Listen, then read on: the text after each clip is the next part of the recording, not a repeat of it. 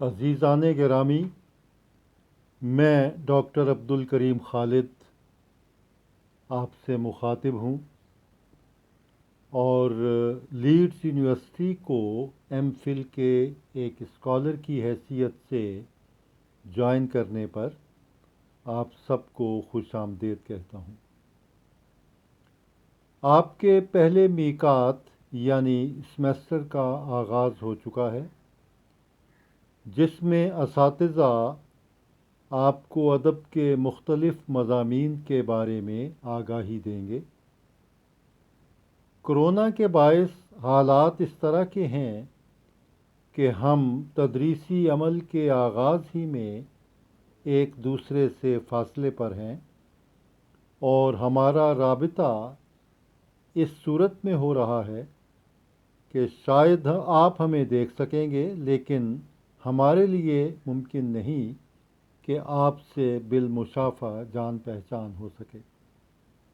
بہرحال یہ بھی غنیمت ہے کہ ہمیں ایک ایسا وسیلہ میسر ہے جس کے ذریعے سے ہم اپنی بات آپ تک پہنچا سکتے ہیں اور کلاس روم کا ماحول پیدا کر سکتے ہیں۔ آپ ان لیکچرز کو بغور سنیں اور ممکن ہو تو ان کی روشنی میں اپنے نوٹس تیار کریں۔ اس ضمن میں آپ ان کتابوں سے بھی استفادہ کر سکتے ہیں جو اساتذہ آپ کے لیے تجویز کریں گے۔ مجھے اس سیمسٹر میں پڑھانے کے لیے جو مضمون دیا گیا ہے وہ تحقیق و تدوین سے متعلق ہے۔ اس مضمون کے دو حصے ہیں، ایک تحقیق اور دوسرے تدوین۔ تحقیق کا جو حصہ ہے وہ میرے ساتھی ڈاکٹر عرفان توحید صاحب آپ کو پڑھائیں گے، جبکہ میں تدوین پڑھانے پر مامور کیا گیا ہوں۔ اس ضمن میں جو تدوین کا نصاب آپ کے لیے تجویز کیا گیا ہے اس میں 3 حصوں پر مشتمل مختلف اجزاء شامل کیے گئے ہیں۔ پہلا حصہ اصول تدوین اس کا ٹائٹل ہے، اور اس کے جو ذیلی موضوعات ہیں یا عناوین ہیں ان میں تدوین کی وضاحت کی جائے گی، تدوین کی اہمیت بیان کی جائے گی، تدوین کی جو ایک معین تعریف ہے وہ پیش کی جائے گی، پھر متن کی جو تحقیق ہے اس کے حوالے سے گزارشات پیش کی جائیں گی۔ اسی ضمن میں تصحیح متن کیا ہوتی ہے اس کے بارے میں تفاصیل پیش کی جائیں گی، پھر ترتیب متن کے بارے میں بات کی جائے گی، تدوین اور املاء کا کیا تعلق ہے، پھر مخطوطہ شناسی اور منشائے مصنف کا تعین۔ یہ جو ذیلی عنوانات ہیں یہ اصول تدوین کے زمرے میں آتے ہیں۔ تدوین کا دوسرا حصہ جو ہے وہ اصطلاحات تدوین سے متعلق ہے۔ اس میں آپ کو بتایا جائے گا کہ اصطلاح کا کیا مفہوم ہے اور تدوین کے سلسلے میں اہم اصطلاحات کون کون سی ہیں جنہیں ہم استعمال کرتے ہیں۔ تدوین کا تیسرا حصہ جو ہے وہ تدوین کی روایت سے متعلق ہے، اور یہ بات شاید آپ کے علم میں ہو کہ تدوین کی روایت کی اصل جو ہے وہ اسلامی روایت سے جڑی ہوئی ہے. اس کے آغاز و ارتقاء کے حوالے سے بات ہوگی. پھر اسماء الرجال کیا ہوتے ہیں، پھر روایت کیا ہوتی ہے، درائد کسے کہتے ہیں. یہ تمام جو عناوین ہیں ان کے تحت باتیں جو ہیں یا تفاصیل جو ہیں وہ آپ کے گوش گزار کی جائیں گی. اس ضمن میں آپ نوٹ فرما لیں کہ جن کتب سے آپ مدد لے سکتے ہیں یا استفادہ کر سکتے ہیں ان میں ایک اہم کتاب ہے گیان چند جین کی تحقیق کا فن. دوسری کتاب ہے رشید حسن خان کی ادبی تحقیق مسائل اور تجزیہ. تیسری کتاب ہے ڈاکٹر خلیق انجم کی متنی تنقید. پھر ڈاکٹر نذیر احمد کی کتاب ہے تصحیح و تحقیق کے متن، اور عابد رضا بیدار کی کتاب ہے تدوین متن کے مسائل. یہ تقریباً 6 کتابیں ہیں. یہ آپ کو نیٹ پر بھی دستیاب ہو سکتی ہیں، اور اگر ویسے کسی لائبریری تک آپ کی رسائی ہو جائے یا کسی کتب خانے تک آپ پہنچ سکیں تو یہ کتابیں جو ہیں یا ان میں سے کوئی ایک کتاب جو ہے وہ آپ حاصل کر سکتے ہیں. بہرحال لیکچرز جو ہیں ان میں ہماری پوری کوشش ہوگی کہ موضوع کے حوالے سے ممکن حد تک تمام تفاصیل جو ہیں وہ آپ تک پہنچا دی جائیں تاکہ آپ کو ایک بنیاد فراہم ہو جائے اور ایک سلسلہ آپ کے پڑھنے کا وہ جاری ہو سکے. جیسا کہ میں نے عرض کیا کہ میرے ذمے تدوین کا حصہ لگایا گیا ہے اور اس کی جو نصابی صورت ہے وہ میں نے آپ کے سامنے پیش کر دی ہے. اب ہم آغاز کرتے ہیں، اور اس ضمن میں جو سب سے پہلی اور بنیادی بات ہے وہ یہ کہ تدوین کسے کہتے ہیں، تدوین سے کیا مراد ہے.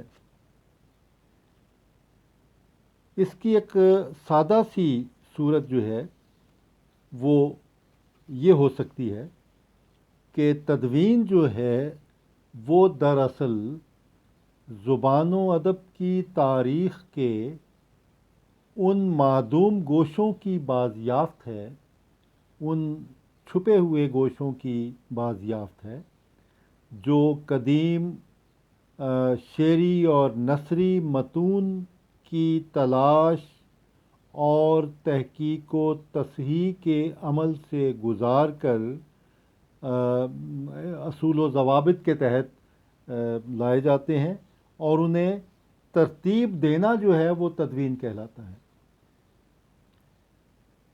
عام طور پر تدوین کو تحقیق ہی کے زمرے میں شمار کیا جاتا ہے. اس ضمن میں بعض جو محققین اور ناقدین ہیں وہ انہیں ایک ہی چیز قرار دیتے ہیں، لیکن اگر غور کیا جائے تو حقیقت میں یہ دونوں یعنی تحقیق اور تدوین یہ دونوں اپنے مزاج کے اعتبار سے اور طریقہ کار کے اعتبار سے دو مختلف اور الگ الگ چیزیں ہیں. تحقیق کی اگر ہم سادہ سی تعریف کریں تو اس سے مراد حقائق کی کھوج اور صداقت کی تلاش کا کام سر انجام دینا ہے. تحقیق جو ہے وہ حقائق کا تعین کر کے نتائج کے استخراج کا فریضہ ادا کرتی ہے، جبکہ اس کے برعکس جو تدوین ہے اس کا کام متن کی تصحیح و ترتیب ہے۔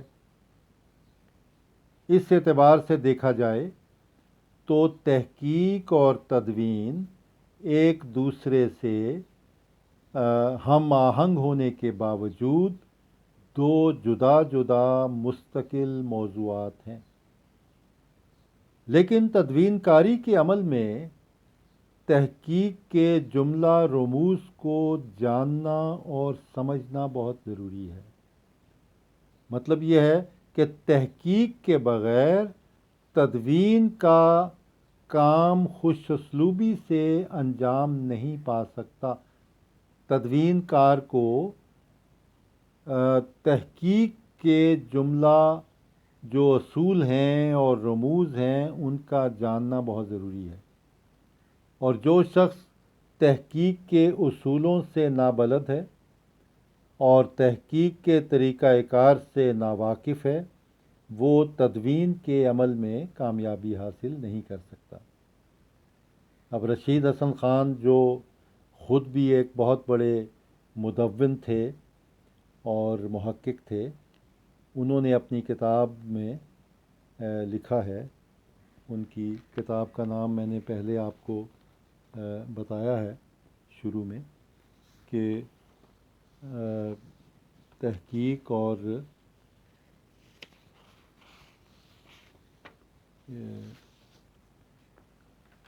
رشید حسن خان کی کتاب ادبی تحقیق، مسائل اور تجزیہ۔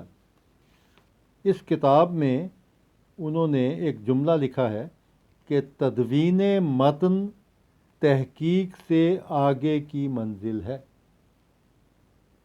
یہ ان کی کتاب جو ہے جس کا میں نے ابھی حوالہ دیا، ادبی تحقیق، مسائل اور تجزیہ، اس کے صفحہ 99 پر یہ جملہ درج ہے۔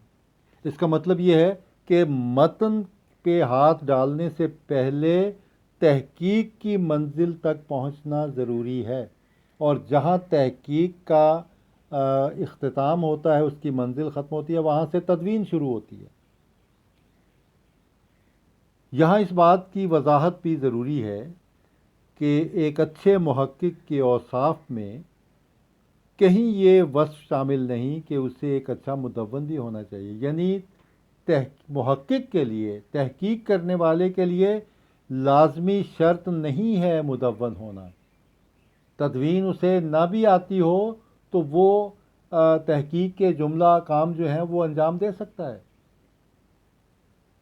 وہ اگر تدوین کے جملہ معاملات سے شناسائی نہیں بھی رکھتا تب بھی اس کی تحقیق نگاری پر حرف نہیں آتا، لیکن تدوین کا کام کرنے والے کے لیے یہ ضروری ہے کہ اسے آداب تحقیق سے بھی اسی قدر واقفیت اور لگاؤ بھی ہو، اس کے بغیر تدوین کے تقاضوں کو پورا نہیں کیا جا سکتا، اور جو شخص تحقیقی مزاج نہیں رکھتا وہ تدوین کا کام بھی انجام نہیں دے سکتا۔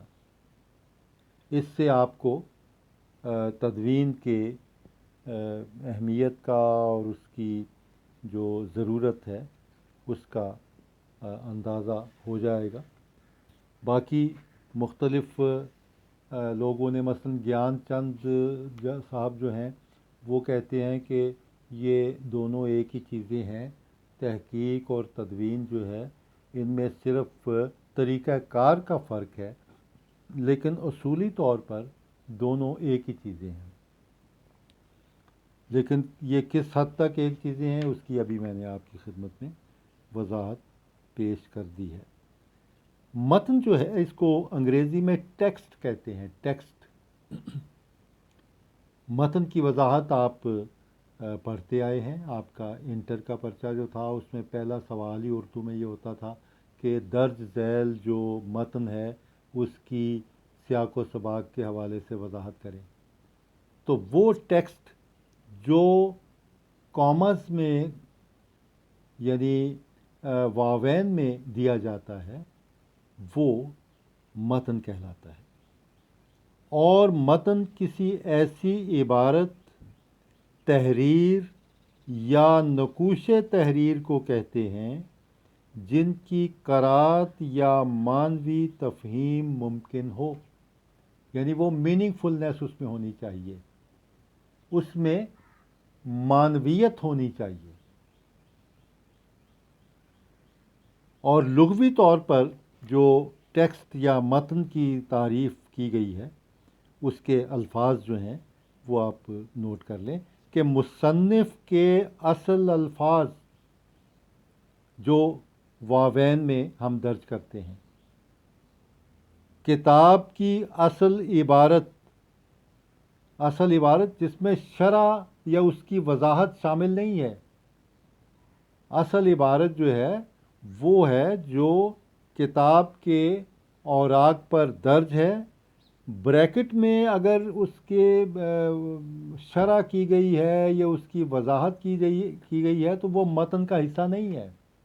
یہ بات خاص طور پہ نوٹ کریں۔ آپ بعض عبارتیں یا تحریریں ایسی پڑھتے ہیں کہ جس میں بیچ میں کہیں کسی جملے کی وضاحت کے لیے قوسین میں یا اپنا بریکٹس میں کچھ جملہ جات یا عبارتیں دی جاتی ہیں، وہ متن میں شامل نہیں۔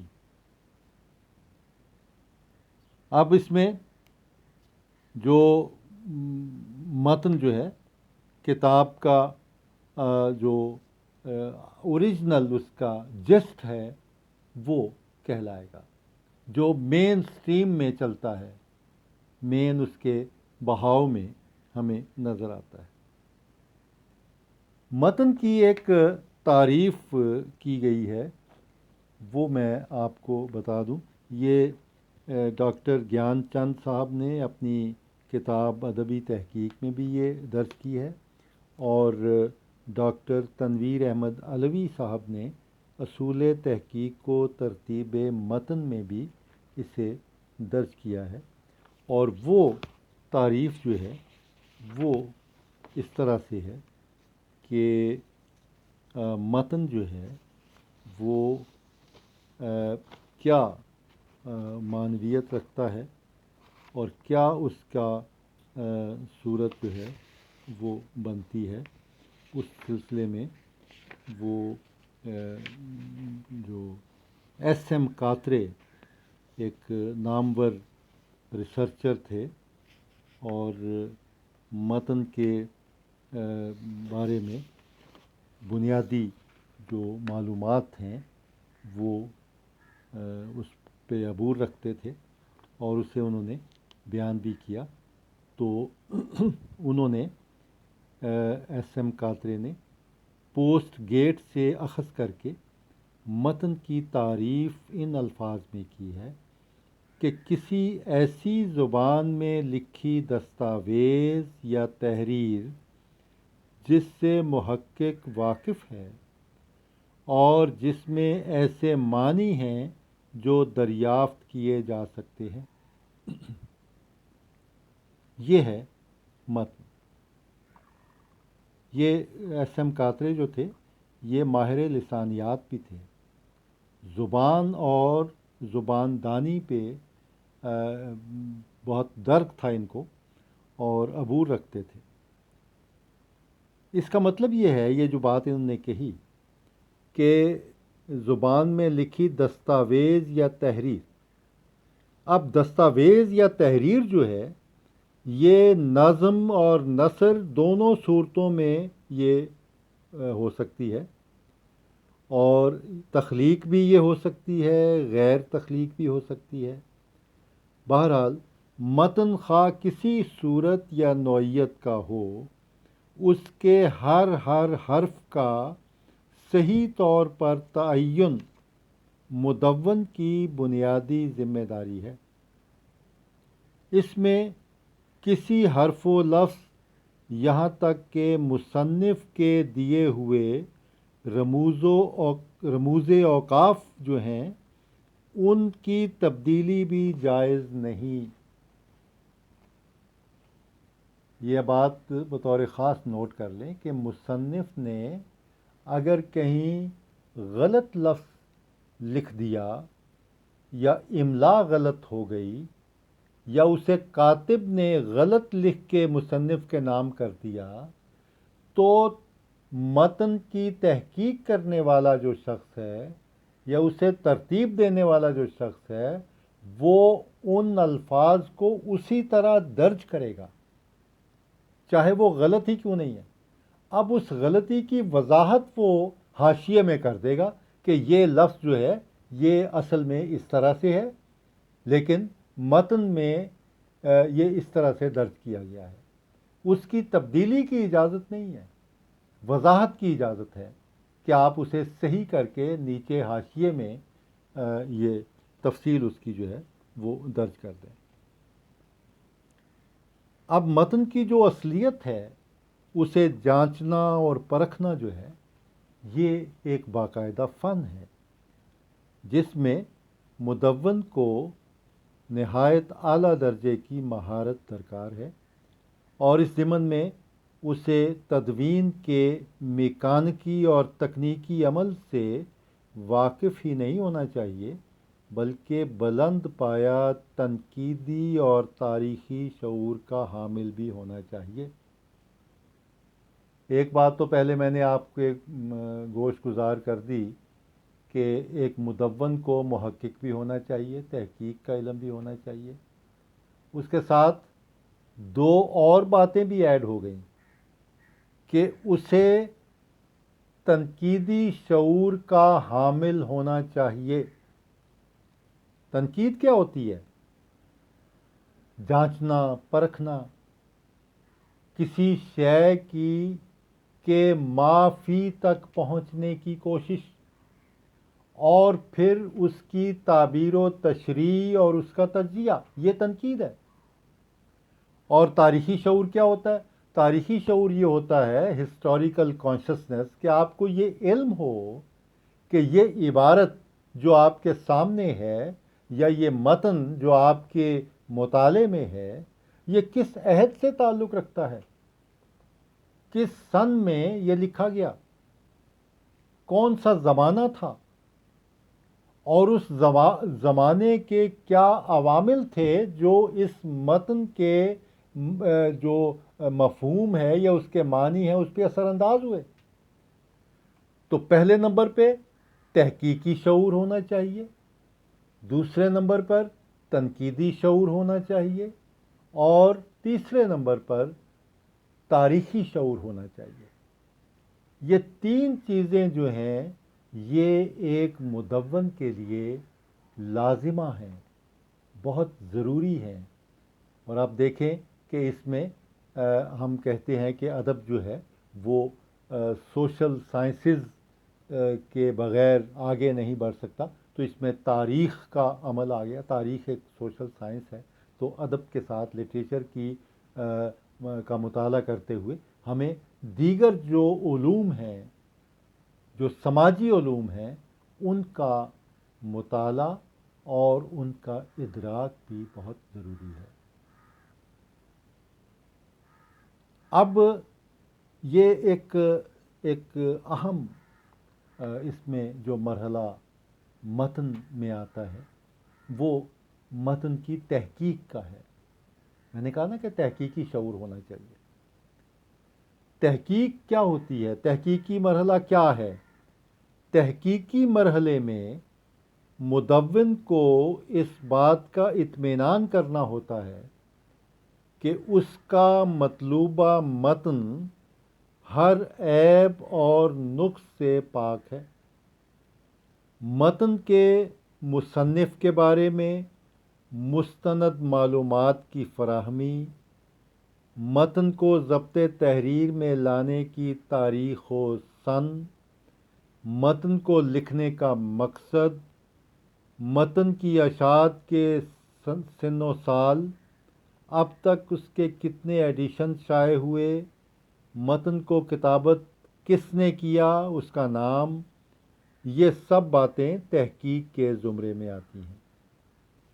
اور جیسا کہ میں نے کہا کہ ایک مدون یا تدوین کار کے لیے ضروری ہے کہ تحقیق اور اس کے اصولوں سے مکمل واقفیت رکھتا ہو اور ایک اعلیٰ درجے کے محقق کے تمام اوصاف اس میں پائے جاتے ہوں اور متن کو مستند اور قابل اعتبار بنانے کے لیے ضروری ہے کہ اس کے ابتدائی اور اس کے بعد مختلف ادوار میں منظر عام پہ آنے والے تمام نسخوں تک رسائی حاصل کی جائے اور ان میں جو مستند ترین نسخہ ہے اس کا تعین کیا جائے۔ اب یہ بات جو ہے یہ بڑی اہم ہے کہ یہ کیسے ممکن ہے کہ آپ کو یہ علم ہو کہ یہ نسخہ جو ہے جس سے آپ آگے متن کی تدوین یا اس کی ترتیب کا کام کر رہے ہیں جس پر وہ اصلی بھی ہے یا نہیں۔ کئی جعلی نسخے بھی جو ہیں وہ پیدا ہو جاتے ہیں، بنا لیے جاتے ہیں، تو اس کی اصلیت کو جانچنے کا کیا طریقہ ہے اور کس طرح یہ معلوم کیا جاتا ہے کہ جس متن پر آپ کام کر رہے ہیں وہ اصلی متن ہے۔ تو اس میں اس کے بھی کچھ اصول ہیں، کچھ ضابطے ہیں، اس پر انشاءاللہ آئندہ گفتگو میں روشنی ڈالی جائے گی۔ آج کی جو ہماری گفتگو ہے اس کا لب لباب جو ہے وہ یہ ہے کہ متن کیا ہے۔